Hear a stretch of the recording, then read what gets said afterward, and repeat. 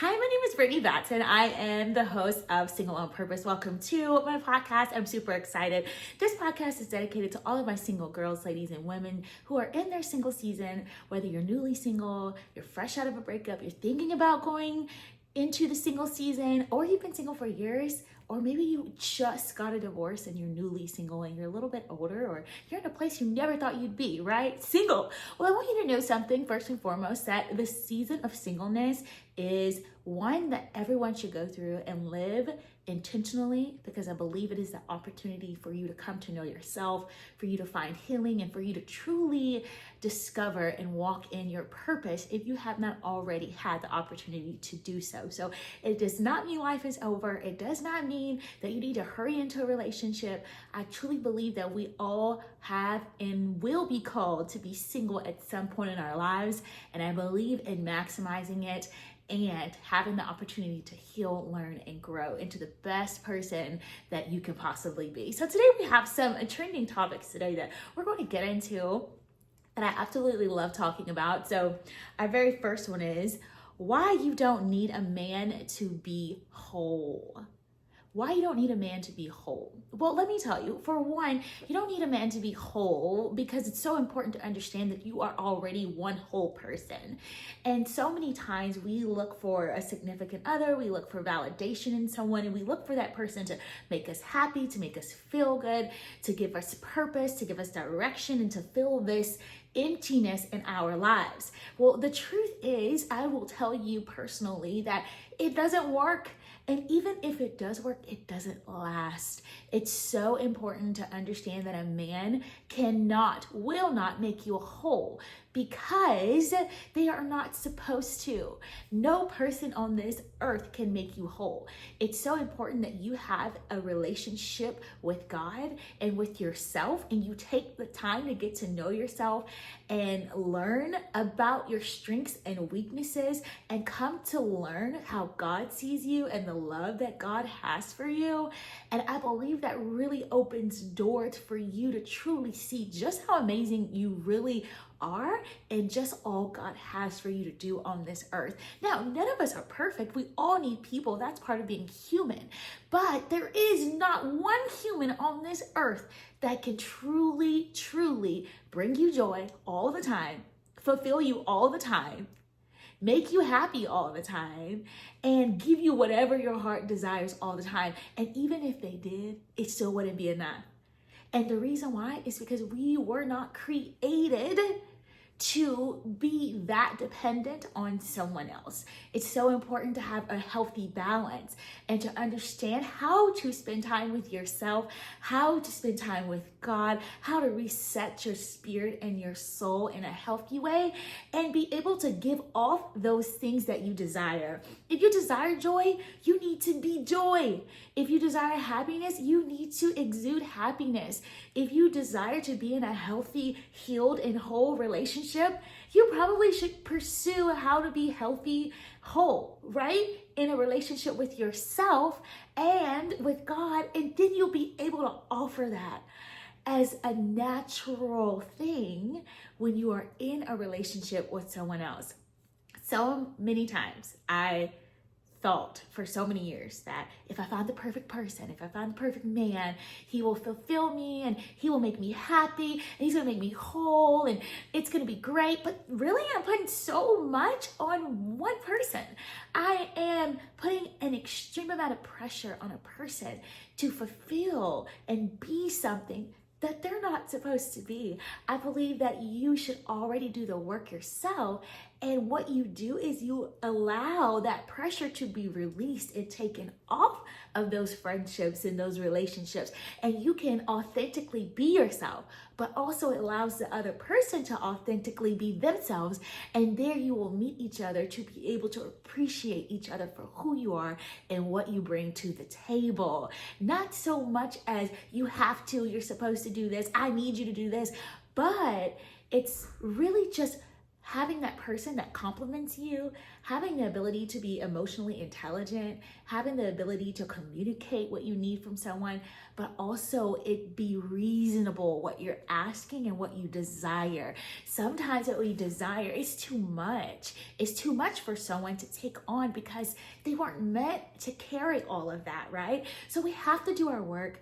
We have to grow and heal and come to know ourselves. And like I said, the most important thing is coming to know the love of God that He has for you and giving that love out freely to people that deserve it, setting boundaries for yourself, and knowing that no man, no woman, no person on this earth can make you whole. They're not supposed to. There's only one person on this earth that can do that, and that was the one that created you. Okay, let's get into another topic. So our next topic for today is how to stop dating out of loneliness. Okay, wow, that's huge, right? I feel like we all have been through a season where we were lonely, and we may have gone back in our phones and scrolled to a past number or hit a message that we probably shouldn't have sent, right? Because we were lonely. And I think it's so important to pay attention to some red flags that you may have yourself, but also some red flags when you're dating that other people may have, or they may be actually dating out of the fear of being alone as well. So I remember just this period of time where I really didn't know what being single was. In my heart and in my mind, I thought because I didn't have a significant other, because I wasn't in a serious relationship, I wasn't technically dating someone consistently, I was single. But the truth is, I will be honest with you, I was not single. God helped me realize you're not single up here and you're not single in here. You're single. Yes, there's no one next to you or no one to call your boyfriend, but your desire to be in a relationship is so strong that you pretty much are putting so much energy towards the desire that you're not really sitting and embracing being truly single. And I had to go along this journey and understand, wow, like I actually do really want to be in a relationship in my heart and in my mind because I think about it a lot. I also realized that I was never spending time alone, that I was always traveling, always planning something, always working, always picking up a new hobby. I was never stationary. I was never by myself. I was never just in my own presence for probably more than 15 minutes, and I was off with a new idea. And what I came to realize was that I didn't know how to be alone. I didn't know what that meant. I didn't know what that looked like. And yes, we have self-care and all those things, taking care of our bodies and our hair and our nails, but I actually believe this is different. It's a different type of self-care. Being able to sit, not spend money, being able to journal, take walks, and enjoy your own self, right? And sometimes not, because that's where I learned, wait, there's some characteristics, there's some character traits that I kind of want to work on. There's some things that could be red flags to a potential if I was out on a date. And this is where I was able to really start journaling and really start focusing on developing character traits that I believed would make me a better person and would make me a better woman and would make me a better friend, a better sister, and potentially in the future, a better partner. Some of those red flags, honestly, just being able to listen. Have you ever just been in a conversation with someone and you consistently take over the conversation, and when you consistently take over the conversation, it's about you? Have you ever felt the overwhelming need to be seen or validated, or have someone around you all the time? Or have you ever felt that you needed to always be the center of attention, or that you needed to be doing something or accomplishing something or putting on something or planning something? It's like you could never take the back seat. I think, honestly, that could potentially be a red flag, because it's important to be still. And it's important to, I would be honest, someone told me a woman has a quiet spirit. I was like, no, she doesn't, because I don't. And what they were really saying was that I think when you are in a healthy state, when you are at peace, when you are confident, when you are sound-minded, when you have that balance in your life, you don't necessarily always have to be that one in the front. You don't necessarily always have to be the loudest one in the room. Just being still and quiet and celebrating others. I like to call it now sitting on the bench. Can you sit on the bench and cheer someone else on? Can you sit on the bench and just be quiet and let your presence be enough? Some other red flags were if someone didn't do exactly what I wanted them to do. That was something that was so hard for me because I'm such a planner and a visionary, but having someone be able to tell you no and you respect that no. And I actually look for that in a man. When I say no, I've had men get upset with me, and I feel as if that's a red flag, because you should be able to respect my wishes, my values, and if at this point in time I don't agree, or I say no, I don't want to go, or I don't want to partake in certain things, then it should be a respect that you have for me and for my no. It shouldn't be a push or you getting upset or angered by me vocalizing my opinion or how I feel. And just being in a relationship where I am respected and I'm heard, but also being able to give that back is very important as well. Another red flag was selflessness. I had the hardest time. I was so on the go all the time that I didn't know how to hop onto somebody else's plan. I was always so sporadic and spontaneous. You want to go do this? You want to go to lunch? You want to go a trip here? You want to do this? You want to be a part of this? But the question was I able to reciprocate that energy if someone was doing that to me, inviting me to something last minute or planning something for me to attend? Was I able to give that same excitement and energy to that person? Once again, it kind of goes back to being able to be quiet and sit on the bench and being able to show up for other people as you wish and want them to show up for you. And that is so important in just being a good friend. And I learned that this is a green flag when you are a good friend, when you are caring and you're compassionate, but you protect your heart and you have boundaries because you have explored and you have learned about yourself, what you're okay with and what you're not okay with. You really have the opportunity to present yourself as a more secure friend, as a more secure partner. And that is something that I wanted to be able to walk more in and develop myself more. And that took time. It took time. It took reading. It took journaling. It took spending time with God. I would tell you, something that really, really changed my life was, one, spending time with God. And I read a book that it really encouraged me to see friendship in a different way. Understand that friendship's not always about what you can take. A relationship is not always about what you can take and what you can get, right? It's like your hands are so full. Well, because you probably should be giving some too, right? So I am a really big believer in genuineness, caring, compassion, and empathy. And literally just thinking, as someone naturally does for you, you naturally are thinking and doing for them as well. And I absolutely think that's so important and healthy in a friendship and a relationship. And that's definitely a green flag for me, as someone that's selfless. And not so selfless where you're a people pleaser, where you don't ever think about yourself, because that's not healthy. And I used to be like that, but I had to learn you're people pleasing because you're insecure. You're insecure because you don't know who you are, and you don't know who you are because you haven't sat with yourself long enough to come to know who you are. You'll only know who you are by people's standards and by people's words and by your accomplishments and your accolades and how much money you make and things like that. But those are all things.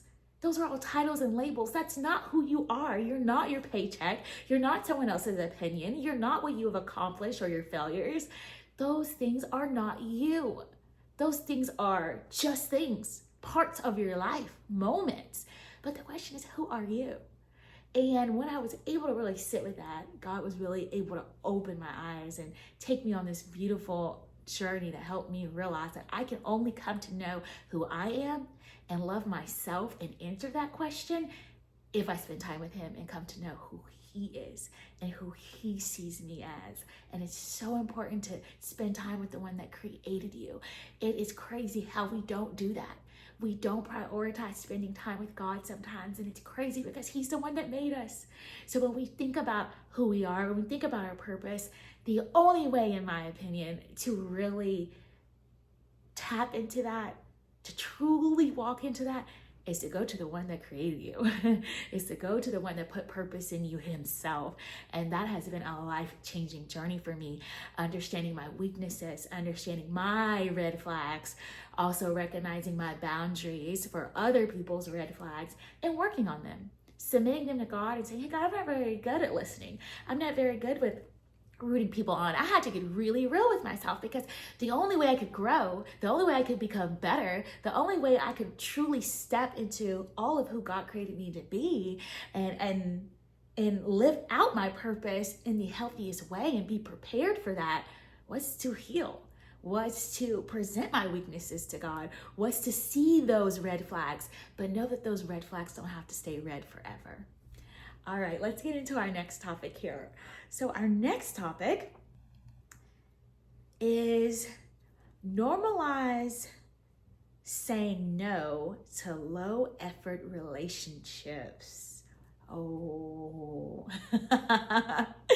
normalize saying no to low effort relationships and calling out behaviors that undervalue your worth. Wow. Wow. Okay. This is huge. I don't know about you all, but I honestly went through this period of time and I still have moments where I have to question myself and remind myself you are worth more than that.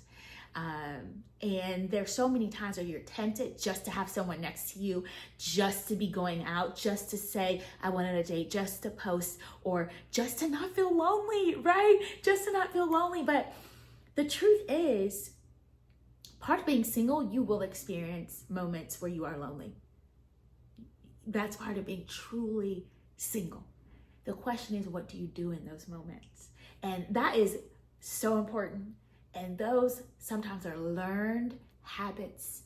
And some of those habits you have to unlearn and create new ones. But I will tell you this, I think it's so important to have boundaries for yourself and to have standards. Although people have always told me I'm picky and they have always said your standards are too high. And honestly, I don't think so. I think that it should be normalized to say no to things that you don't like or to deal breakers. But the only way to be able to do that is to sit with yourself and understand what are your deal breakers. And I think that deal breakers are things that you can't live with. You can't live with. There's certain habits and certain things that I cannot take away. I cannot ignore. I cannot say it's going to be okay. I can ignore that. It's just not. And one of them I will say is your relationship with God. You have to have a relationship with God. And I have to be able to say no. It doesn't matter how cute he is. It doesn't matter how smart he is or how much money he makes. It's so important to me that you have a relationship with God. And I also think it's so important to not be in relationships that don't bring you joy and that don't make you feel feminine and loved and valued. There's so many women, girls in relationships where they are not treated appropriately, in my opinion, and they are undervalued, but because they don't know how to be alone, because they've been in a relationship for so long, because the person started off one way and is now another way, they're hoping he'll go back to the old way, or people try to change people. Women, I know, girls, trust me, I know. And honestly, it's a beautiful trait that we have. We just need to put it in the right person in the right places. But normalizing saying no to a significant other, a person you're dating, undervaluing you is okay. And it's okay because You have to know your self-worth. You have to know who God created you to be. And when someone is coming into your space and they are affecting your energy and they are affecting your purpose, they need to go. It's just that simple for me now. It gets so difficult when you're lonely, right? And it was so much harder earlier when I was single. And I would find myself on a dating app or kind of like pursuing someone, taking me out, or trying to get someone to take me out and move the conversation forward. But I really, honestly, was dropping my values. I shouldn't have to beg you. I shouldn't have to ask you more than once. I shouldn't have to do that. If you're interested in me, you will plan the date. You will make the call. You'll text me and ask me how my day is going if I'm on your mind, right? And I think having certain standards, having those in my head or written down, or understanding what God has for me in a male, in a mate, in a significant other, in a partner, is so important. Understand God's promises for you. Understand your own wants and desires and values, and ask yourself, are these reasonable? Are these according to who I feel like God has called for me to be on this planet with, and who God is creating for me? And if that's a yes, then stick to those. Don't change it. Don't let your friends, the world, don't let loneliness creep in and you find yourself with someone that doesn't treat you right, that doesn't let you sit in your true feminine energy, your true self. Because honestly, when you are loved in a healthy way, you will be at peace. You will be quiet. It will get easier and more clear for you, because you're not worried. You don't feel unsafe. You don't feel unprotected. You're happy, you're calm, you're at peace, and it's so different. It's so different when you find someone who values you and tells you that you're beautiful, affirms you, plans dates for you, spends time with you, protects you, encourages you, and empowers you. It's so different. And I promise you, you will genuinely want to do that back for him. And like I said, as you work on yourself and ask God to help you grow into the woman that he's created you to be and align you with your future person, you'll want to do that for him. And I like to say reciprocation is key. And it's genuine reciprocation, as you do for me, I want to do for you. And I think that's so important, like wanting to see someone smile in your life, right? That you love. I think that's so important. And once again, that goes back to selflessness. And that's, like I said, it can be a red flag if it's people pleasing, but it's certainly a green flag when it's healthy, for sure. So being able to know God's standards for you, know your standards for yourself, and keep them close. Keep them close. Don't feel obligated to be in any relationship that you do not feel like serves you and makes you a better woman, a better girlfriend, a better potential wife. I believe when those relationships come and they take me back to who I used to be, or I feel like I'm 12 years old or a little girl that's anxious or scared or worried, I'm not in the right place. I'm not in the right place, and I need to go back and self-reflect and ask myself how I got here. What am I feeling? What am I facing? And a lot of times it is loneliness. A lot of times I did it because I'm lonely. I did it because I don't want to be myself. I did it because I was hoping he was going to change, or I could change him. And in reality, you can change no one. We're not that powerful. You can't.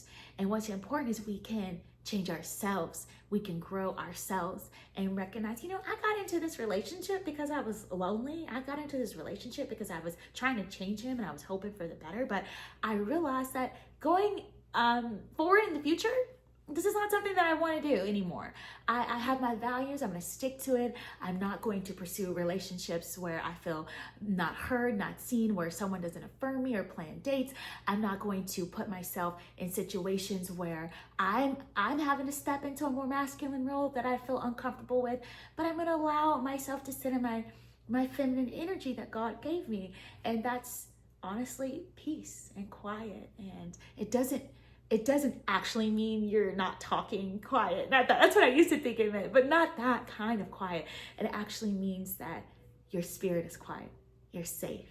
You're protected. You're okay. And you can experience true joy, true love, true excitement with the right person.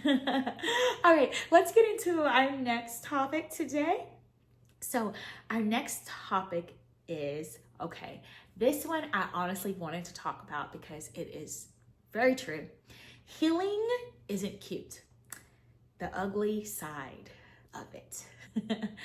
And there are so many challenges when it comes to personal growth and finding your purpose while you're single. And there is technically an ugly side. And I believe now everything you go through, the good, the bad, and the ugly, I believe God is working out for your good. I truly do believe that. I truly do believe that. But that does not mean you do not go through it. And that does not mean you do not feel it. That does not mean it's not hard. It does not mean you don't want to give up. It does not mean that, it's going to be easy or it's going to be over in 1 month. It does not mean that at all, actually. It's actually, some seasons are so long, and I have felt in some seasons of singleness, when will it be over? God, I don't know if I'm going to make it through this. This is so hard. I'm scared. I can't take anymore. But I will tell you, this verse always pops up into my head when I'm at my last peak, and it's God will never give you more than you can bear. And I openly admit that to God. I cannot take anymore, God. And I truly believe the tide begins to turn every time. Now, I only say that when I truly feel tired and I cannot take anymore, and whatever I'm going through is really weighing on me. And I will tell you, sometimes being lonely and having to do everything on your own, and things not going well at work, and then you're kind of arguing with your best friend, or all these things could be happening at one time, right? Sometimes you're like, whoa, okay, life, please give me a break, give me a second to catch my breath. But sometimes it all hits you at once, right? And you really feel like you're not going to make it. Well, let me tell you something. Do not give up. And I want you to know that it's not all rainbows. It's not all gold. It's not all beautiful all the time. I don't always go, yes, I'm single, purpose. I don't. And I never want someone to believe that that's the way that it is. It is a choice. It is a daily choice that I have to make. There's certain disciplines, certain sacrifices that I have to make, but I keep my focus on God. And I truly believe that when you choose who and what you want to live for, and you prioritize that, no matter what you go through, you will stay focused on your why at the end of the day.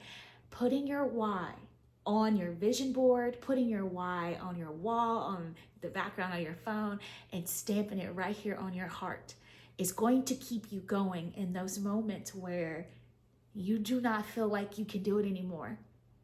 There are going to be a ton of those moments, and those moments make so much sense because life is not easy. I learned that because I would tell you, I was so fixated on fairy tales and happily ever after. And if you do everything right, everything's gonna be perfect.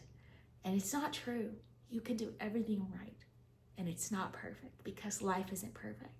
And as you go through life, you go through the ups and you go through the downs, you go through the great moments and the celebrations, but you go through the hard moments where you get sick, or you don't know where your next paycheck is coming from, or things didn't work out, or you lost a certain amount of money, or your best friend told your secret, or you find yourself alone more than you're used to. Whatever it is that you're battling and that you're going through, it's going to be okay. 1, 2, you're going to make it through. 3, it's okay to say, God, I need you. It's perfectly okay to do that. And guess what? I do that. I had to learn how to do that because I didn't know that you could do that technically.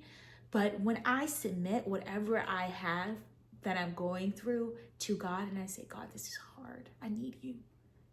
I promise you, I give myself the opportunity to be human.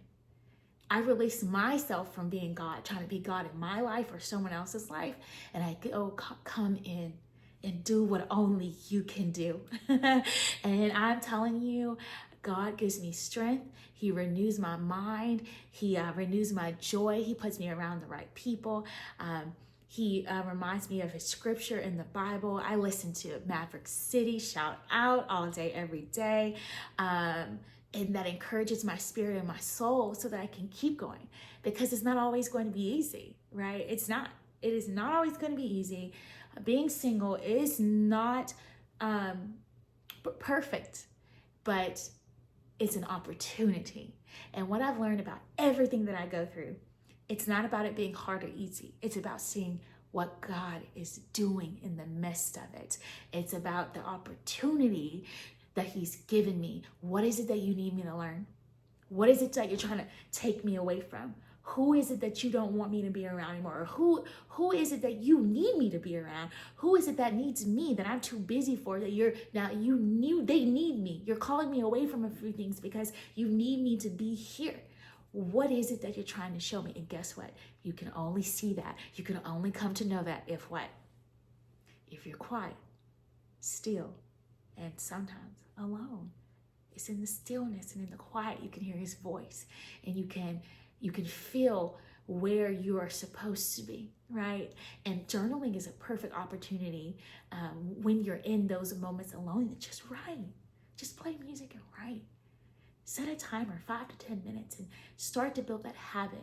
Start to build that for yourself, because when you are lonely, instead of calling so-and-so or going out partying or doing whatever you do, could you replace that with something that could help heal you, help bring you wholeness, help you in the long run?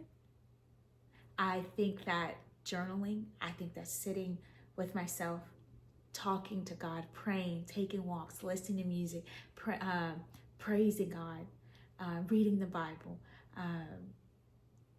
honestly is better than telling a friend and getting their opinion.